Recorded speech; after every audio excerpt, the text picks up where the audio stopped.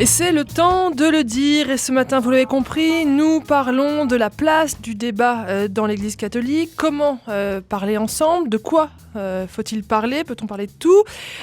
Cette émission est organisée à l'occasion de la tenue des premiers états généraux du christianisme à Lille. Ce sera à partir de jeudi jusqu'à dimanche soir, pendant 4 jours.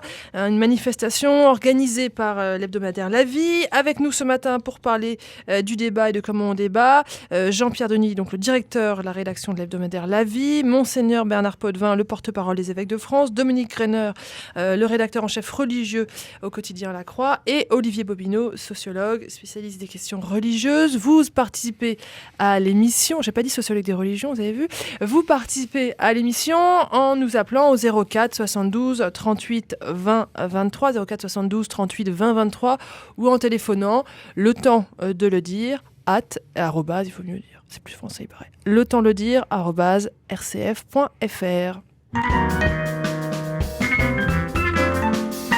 Le temps de le dire, 04 72 38 20 23.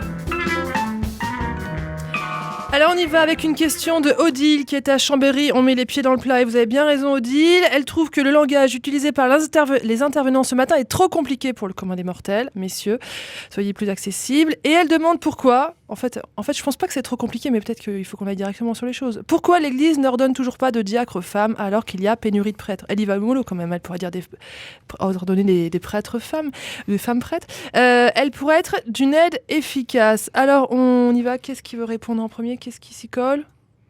Il n'y a pas fou le portillon, messieurs. Si, moi, je vais Dominique Renner, allez-y. Alors pourquoi pas des diaconesses? Il y en a eu dans les premiers chrétiens. Je crois qu'aujourd'hui, ça vaut pour l'ordination des femmes à n'importe quel ministère. Nous sommes dans une société qui ne sait plus la différence entre un homme et une femme. S'il y a bien une institution qui résiste en disant il y a une différence substantielle entre l'homme et la femme, c'est bien l'Église catholique qui le manifeste aujourd'hui, à travers sa discipline des ordres. En disant, voilà, on ne confond pas. Le jour où nos sociétés seront guéries et sauront bien qu'un homme, c'est pas égal à une femme, alors l'Église n'aura peut-être plus besoin de résister sur ce point-là et on pourra peut-être avancer. Mais aujourd'hui, nous sommes dans une crise anthropologique profonde et je crois que c'est la manière de l'Église de dire attention, un homme n'égale pas une femme et on n'aura pas l'égalité ne s'exprime pas dans l'accès nécessairement aux mêmes fonctions. Je crois qu'il y a quelque chose d'anthropologique qui se joue et l'Église joue son rôle d'objection. Enfin, c'est un terme qui plaît beaucoup à Jean-Pierre Denis et je crois qu'elle joue son rôle d'objection. Tout n'est pas faisable quand on est dans la confusion. Je crois que c'est la même chose par rapport à l'autorité. Et là, aujourd'hui, nous sommes malades d'une confusion entre les sexes. Et je crois que c'est une manière de le dire et de le souligner. Jean-Pierre Denis. Moi, je voudrais faire 2 remarques. La première, c'est que, tout simplement, c'est une situation qui n'est plus comprise par la majorité des catholiques. Ça, c'est un fait objectif sociologique, si j'ose dire. C'est-à-dire que je pense qu'aujourd'hui, la plupart des Français en général, mais je dirais aussi les catholiques, et probablement, pour des creusets, des catholiques pratiquants, ont du mal avec ces questions-là, le mariage des prêtres, l'ordination des femmes, voilà. Donc il y a beaucoup de gens qui ont du mal avec ça. La deuxième remarque, il faut prendre les deux, s'il vous plaît, en même temps, c'est que quand on franchit la Tamise, la Manche, et qu'on va du côté de la Tamise, on s'aperçoit que le pape est reçu par une femme prêtre. C'était une image forte de ce week-end, dans l'abbaye de Westminster, le pape Benoît XVI saluant une femme prêtre. Et là, j'ai envie de dire 2 choses. D'abord, c'est une réalité qui existe. Et deuxièmement, la situation de l'anglicanisme n'est pas très reluisante, si vous me permettez ce terme un peu familier. C'est-à-dire qu'on est dans une crise de l'anglicanisme qui est absolument terrible parce que, justement, l'option qui a été choisie par l'Église anglicane a été de s'adapter le plus possible aux évolutions sociétales. Et le moins ce qu'on puisse dire, c'est que ça n'a pas rempli les églises. Donc, il faut observer ces deux choses, je crois, en même temps. Olivier Bobineau. Oui, je vais être en contrepoint de ces interventions. D'une part, il me semble que quand même, au regard des premières pratiques dans les communautés chrétiennes, il y avait des diaconesses, des femmes qui faisaient le service des tables, et également aussi, et d'ailleurs c'est une des confusions, le service des tables et le service de la parole. Aujourd'hui, qu'est-ce qu'il en est ? Je rejoins en effet les intervenants suivants dans le sens où il y a une résistance anthropologique, c'est-à-dire que par rapport à cette égalisation de la société, et je reprends Touraine qui définit la modernité tout simplement par l'avènement des droits et des droits et de la reconnaissance de ces droits dans les sociétés. C'est-à-dire que qu'est-ce que c'est qu'une société moderne ? C'est une société qui à un moment donné reconnaît des droits à la femme sur le plan économique, culturel, social et familial. C'est intéressant de voir comment ça se développe là-dessus. Là-dessus, l'Église est en résistance, et c'est la rencontre avec la modernité, c'est-à-dire qu'elle considère, dans une tradition qui trouve ses théologiens également, que l'homme ne peut pas être l'égal de la femme. Très bien, la seule chose que moi je dis simplement, c'est qu'en termes de paroisse, en termes de pratique dans les mouvements, de facto, les femmes sont très présentes, voire il n'y a parfois qu'elles dans certaines paroisses rurales, et que de facto, elles accomplissent les fonctions de diacre. Je ne parle pas de prêtre, je parle de diacre et de diaconesse. La seule chose, c'est qu'en effet, elles n'ont pas le droit à la parole à un moment donné sur et aux côtés de l'autel. Bien, c'est tout. Mais de facto, elles sont là, elles font des services. Donc, je crois que, et j'entends tout à fait la réponse qui a été donnée, c'est-à-dire c'est une réaction anthropologique, à la limite formelle, contre un mouvement de modernisation et de reconnaissance des droits de la femme à l'égal de l'homme. Jean-Pierre Denis. Ouais, moi, ce que je voudrais dire, c'est qu'on est dans une situation de contradiction entre des aspirations contradictoires. C'est surtout ça que je veux remarquer. Quand vous prenez à un niveau beaucoup plus modeste, même si effectivement, il ne faut pas confondre diacre et prêtre, et donc il faudrait être plus précis, mais quand vous allez à un niveau beaucoup plus modeste, qui est celui des enfants de chœur, aujourd'hui, on ne peut plus se contenter de répondre, comme le font certains curés, que c'est réservé aux garçons. Même s'il y a des justifications anthropologiques, liturgiques, tout ce qu'on voudra, la question n'est pas là. La question est, et alors ? Quelle est la place des filles si elles ne peuvent pas être enfants de chœur ? Donc aujourd'hui, on ne peut plus se contenter d'apporter une réponse purement « oui, mais c'est la place des hommes » sans définir. Et il va falloir travailler. Quelle est la place qui est proposée aux femmes ? Monseigneur Bernard Potvin. Depuis tout à l'heure, nous disons que ce qui peut ne pas être compris en même temps garde signification profonde. Ça a été très bien dit sur le plan anthropologique et autres. Et en même temps, notre auditrice nous interpelle en disant « vous êtes trop compliqué Ouais. ». Donc c'est quand même très significatif de l'énorme travail pédagogique que nous devons tous livrer pour que davantage de choses se disent, se déploient dans le respect profond des personnes, dans ce qu'elles vivent, dans leur communauté chrétienne. Parce que c'est souvent là, la personne nous dit par Internet, elle veut participer à cet échange, à ce débat, elle pose une aspiration et elle croit que poser une aspiration aussi profonde soit-elle, à ses yeux, consiste à être participante à tout un débat dont la richesse est bien plus grande.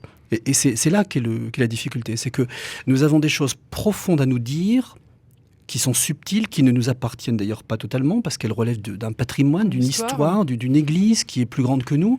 Et en même temps, nous sentons bien que ça vient, comme Jean-Pierre Denis vient de le redire, ça se réfère très vite au concret de la vie, au concret d'une communauté paroissiale, au concret d'un rapport entre prêtres et diacres. Parce que tout à l'heure, on évoquait cet éventuel diaconat féminin, mais je suis tout à fait d'accord qu'il serait déjà bien de clarifier, de réguler, de rendre plus serein la relation entre prêtres et diacres.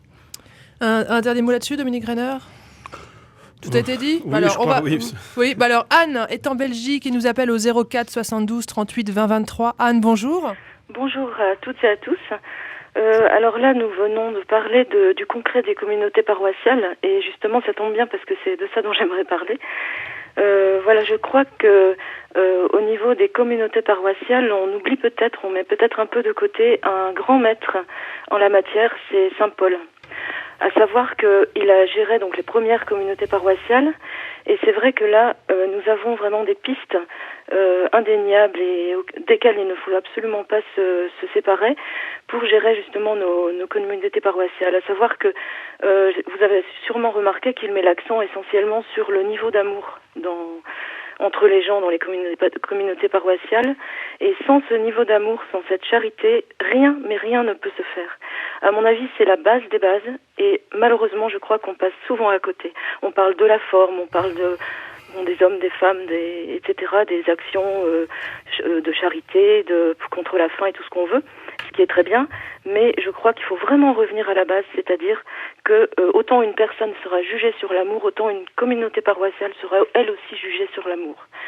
Ça, c'est ma conviction profonde et je crois vraiment qu'on ne peut pas faire l'impasse de cette révision de vie de paroisse au niveau de l'entente entre les personnes qui fait que, voyez comme ils s'aiment, c'est à ça que nous reconnaîtrons les non-croyants. Et vraiment, vraiment, je crois qu'on ne peut vraiment pas s'éloigner de cet objectif de base. Et tout le reste vient par après. Mais là, c'est, à mon avis, la base, quoi. Merci beaucoup Anne de nous rappeler l'impérieuse nécessité de faire de nos paroisses des communautés aimantes où on vit la charité au jour le jour. Monseigneur Bernard Potvin. Je consonne vraiment à ce que dit Anne. Il n'y a pas qu'une structure administrative. Bien sûr, elle a tout à fait raison. Moi, je suis toujours bouleversé quand, me rendant sur le terrain, je vois ces hommes et ces femmes qui animent les communautés. Parce que là, nous dissertons dans ce studio sur les ministères, les structures, l'organisation d'une église. Mais l'église est pauvre aujourd'hui. Elle est à la fois très riche et très pauvre. Et je voyais par exemple, il y a quelques jours, une maman catéchiste qui a consenti à faire des heures de permanence en attente d'inscription, et les inscriptions venaient pas. Bon, et elle tient. Elle est fidèle, elle est là dans cet amour dont vient de parler Anne, un amour de l'Église, un amour du Christ. Bon, il faut regarder ces situations locales qui souvent sont des situations tout de même très, très tendues et qui en même temps sont des situations de fidélité admirable. Et je pense que notre Église... plus elle continuera aussi à promouvoir cette reconnaissance profonde d'une charité en acte, plus elle sera réceptive et nos auditeurs la comprendront peut-être un peu plus notre langage. Dominique Renner. Oui, enfin, par rapport à ce thème paulinien de l'amour, je crois qu'au niveau d'une communauté, ça se caractérise par la communion. Enfin, moi, je sais, pour reprendre aussi saint Paul, nos communautés sont appelées à faire corps, c'est-à-dire à accueillir une parole. C'est ça, finalement, l'évangile. C'est une parole qui circule, qui est appelée à faire corps, et ce corps qui est uni. Il faut que nous fassions un corps ecclésial. C'est un corps social qui se constitue et qui veut vivre dans la communion. Et on voit bien qu'aujourd'hui, les difficultés, c'est justement de vivre cette communion. Et c'est pas pour rien que c'est justement sur les questions de rite, sur les questions de liturgie, qu'il y a des tensions. Et effectivement, l'amour, c'est pas simplement une idée en l'air, c'est aussi des pratiques concrètes qui nous permettent de nous rassembler. Ce sont des pratiques concrètes, non seulement liturgiques, mais ensuite ce sont des pratiques concrètes de charité. Donc si nous célébrons, si nous prions, si nous lisons l'Écriture, ça façonne des êtres nouveaux en nous, et ça nous ouvre aussi aux pauvretés de ce monde. Il faut pas non plus négliger trop vite l'aspect social. C'est parce que nous formons un corps ecclésial, c'est parce que nous sommes traversés par la parole que nous travaillons ensemble ensuite pour rejoindre les pauvretés de ce monde, au nom même de l'Évangile. Donc c'est vraiment la parole qui se fait corps et qui a des mains. Enfin, ce corps social a des mains et est capable de l'étendre vers les plus défavorisés. Olivier Bobineau. Oui. La paroisse, vous connaissez ? Oui.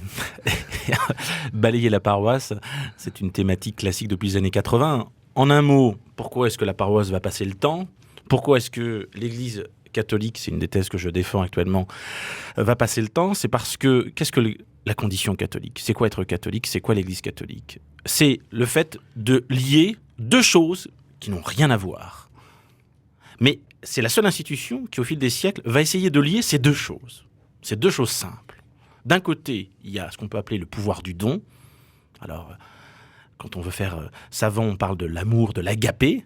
Voilà. Donc, le pouvoir du don, donc l'infini, le changement des cœurs. Et de l'autre, il faut lier le fini, la structure, la gestion, l'administration, le territoire.